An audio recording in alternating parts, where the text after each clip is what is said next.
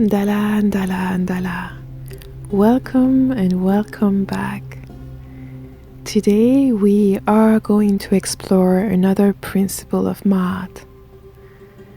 And as many of you have been called to the path of Maat, to looking into yourself in order to see the transformation that you will want to see in the world or around you, looking into yourself to see the possibilities and to work and achieve this better version of who you are, to be able to transform yourself and always strive to be you, the you that is divinely made.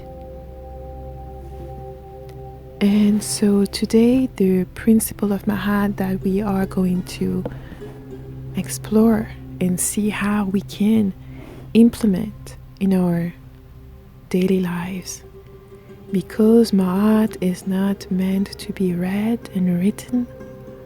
Maat is the embodiment of the divine. The principles that are given to us are guidance to help us through that embodiment. It is not a question of talking about Maat, it is a question of living it every day, each day, and applying those principles, which are all interconnected. One is never disconnected from the others, and all of them together form the body of Maat, the aspiration that each of us should have on this path to better ourselves, to improve ourselves, and to make our experience the best experience that it should be. So this principle comes in to assist us so we can better understand our environment, understand ourselves, and improve and become better and become closer to who we truly are, our divine self. And so today we are going to be talking about honoring animals. And honoring animals will go way deeper than talking about such and such diet, talking about what should be eaten, what shouldn't. Honoring animals is to, first and foremost, understand the realm of animals and their position and their relations to us as human beings, and the things that we are here to learn from animals and to exchange, and also the responsibility that we have in terms of the stewardship of the earth. As much as animals are part of the ecosystem and the environment, so are human beings. And as we begin to understand our place in the biodiversity, to understand the ecosystem and the role of each animal in this ecosystem, we are also getting deeper understanding as to our need to honor them, to honor their roles, and to honor the ways into which they fulfill their part, so that we can have a deeper understanding on how to fulfill ours. So I wanted to start from the beginning. Start in nature. Start within nature. And as you sit calm and quiet in your backyard or wherever that you may sit, where you can listen to nature, listen to the birds and the animals around, focus your attention on the earth and the ecosystem and not on human activity. When you observe and look at the animals, whether it is a squirrel going by, a bird flying, when you look at them, each of them is playing a role, is playing a part in the ecosystem. One is not more important than the other. One is not more worth of praise than the others. And when I talk about animal, I am here very expensive.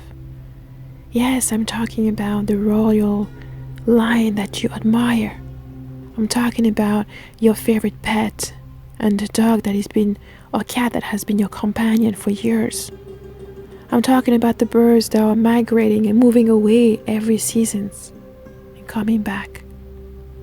I'm talking about the fish that you have in your fish tank. Talking about the fish in the oceans. I'm talking about the insects that are walking outside and walking within the earth. All of it. Honoring animals is not about honoring the animals that you care most about, or honoring the animals that you have an emotional entanglement with, or the animals that are closest to you and that you take care of. The principle of Maat speaks about all animals. And if you see it that way, it may help expand your perception of animals. That you see beyond the one that you care for, or that you care most for. That you see beyond the one that you think, have a greater purpose or serve a greater purpose. That you are able to expand your mind and include even in that spectrum the smallest of the animals, the smallest of the insects, the smallest of the beings that are part of the animal kingdom, and that is here for a reason, as much as we are also here for a reason. And Maat asks you to have that expansion so that it helps you balance the vision and the attachment that you may have for certain animals as opposed to others. The understanding that you may have for certain animals as opposed to others. And to place and replace this within the biodiversity and the ecosystem of our environment. We honor animals not just because we love them, not just because we understand that we wouldn't be here or be able to live and strive without them. We honor animals because we also understand the deeper role that they play and that they accept to play within the larger biodiversity where we belong.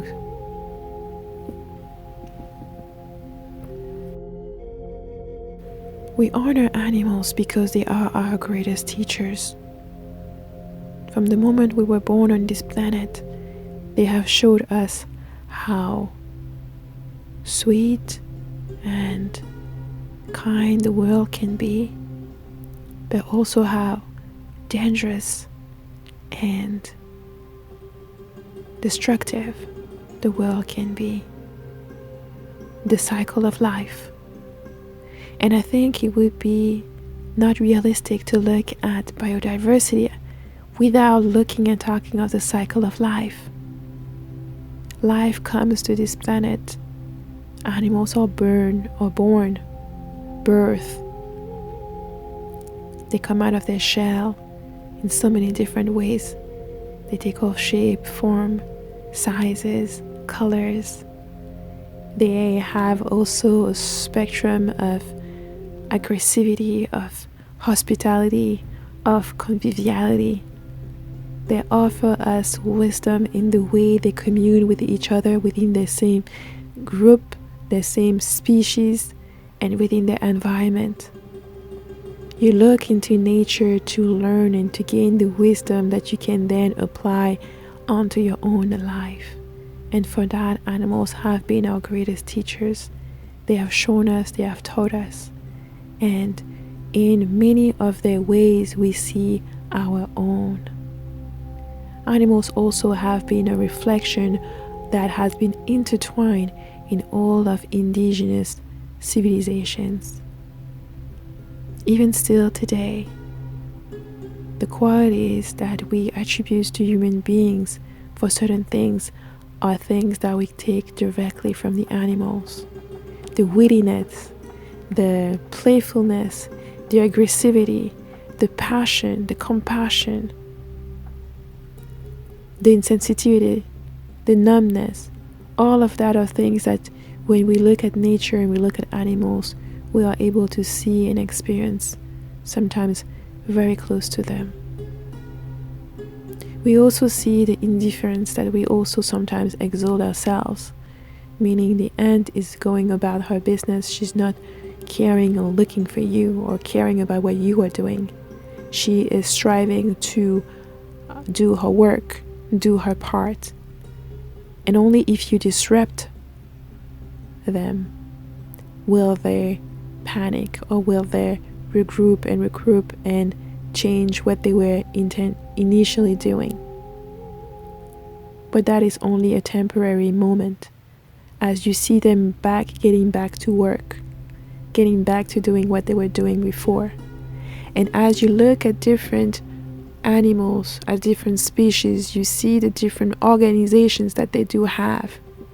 So while you are crying about hierarchy and being at the bottom and others being on the top and not being able to strive or change and use social mobility, you look at the animal kingdom and you see the embodiment of service. For example, when you look at the bees, among the bees you have the nurses, dedicated solely to the purpose of taking care of the larvae, feeding them, grooming them, cleaning them. An assignment of a lifetime.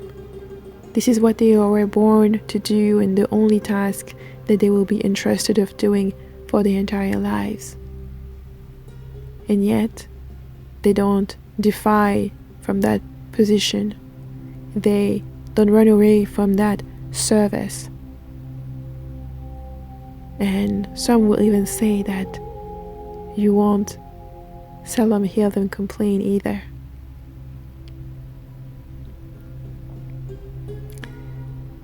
For those of you who complain and say that motherhood is something that is hard, motherhood is something that requires this and requires that, and yet you look at the animal kingdom and you see how motherhood is so natural and is such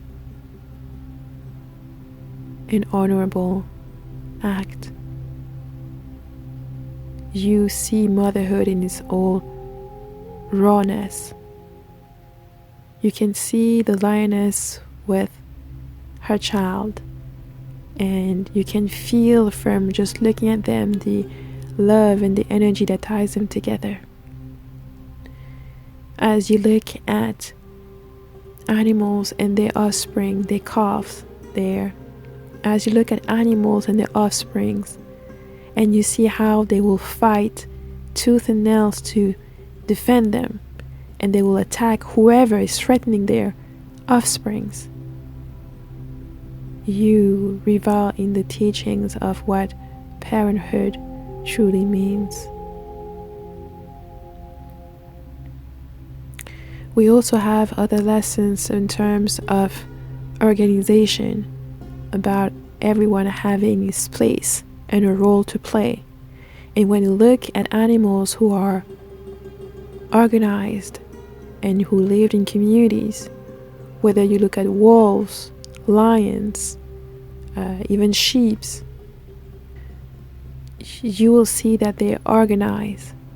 You have a leader, a head of the clan, recognized by everyone else, who is the wisest, the strongest, to be able to lead the pack to where it needs to go.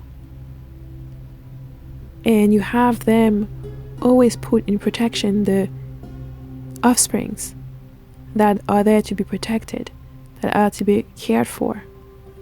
And you can see the parallels between how animals care for themselves in these large groups and the way we organize as human beings in society. But let's also look at the fulfillment of the role that each species plays in nature, in this ecosystem, in the cycle of biodiversity. You look at the ways the lion eats. They feed and they will eat on that food for days. They will be satisfied for days. The lion knows his part. He knows he can't hunt every single day, for there will be no more food left. He is fully integrated in the balance of things on when and how he's supposed to use his power and his strength to acquire the food that he needs. But that there is also an amount of respect, an amount of understanding of each one having their own place. You can see it where the lion will protect the prey on his territory from other predators. You can see it when the bears on a specific territory are not going to eat all of the fish in the pond, because they understand them too, that the fishes need time to reproduce themselves, for there won't be any more fishes if they eat them all. So there is a silent but very deep understanding in nature itself, within the ecosystem.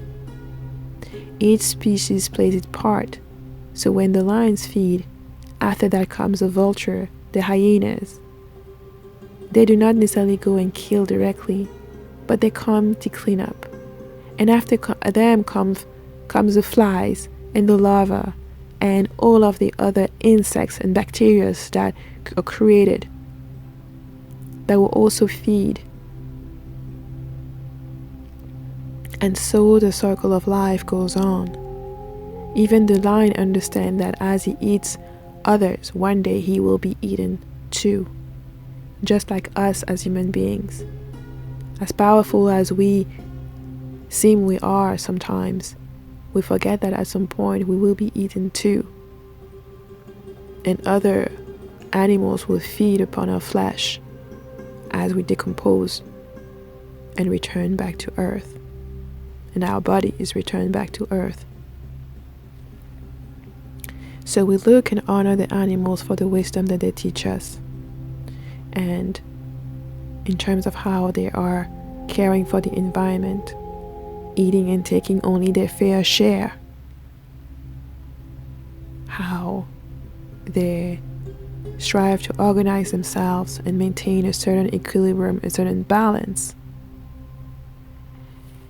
But we also honor animals for the lessons that they teach us, for the act of violence that they show us, so that we can take that in consideration, so that we are conscious of the power of destruction that lays also within us as human beings.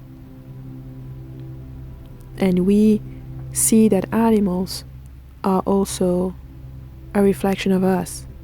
The more aggressive we are towards each other, and the more aggressive they may become, to reflect back to us our own state of affairs.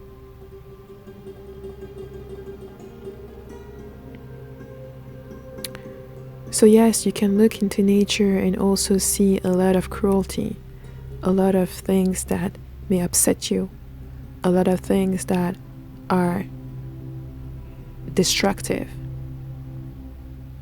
And you can look at that and get angry. Or you can look at it and see the cycle of life. As some things begin, others end. Some things end so that others could begin. Life comes and life goes. And through that process also there is a form of required adaptation, required transformation, as natural selection takes its course and its place.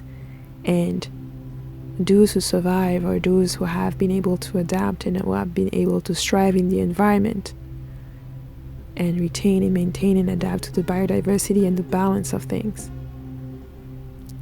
And so we look at animals and we honor them not just for the good that they can teach us and give us, for the love that they can express toward us, for the affinities that we can build with them, the relationships the symbiotic relationship that we can have with them, where we help each other, we understand one another, we lean and count on one another, and we take care of one another.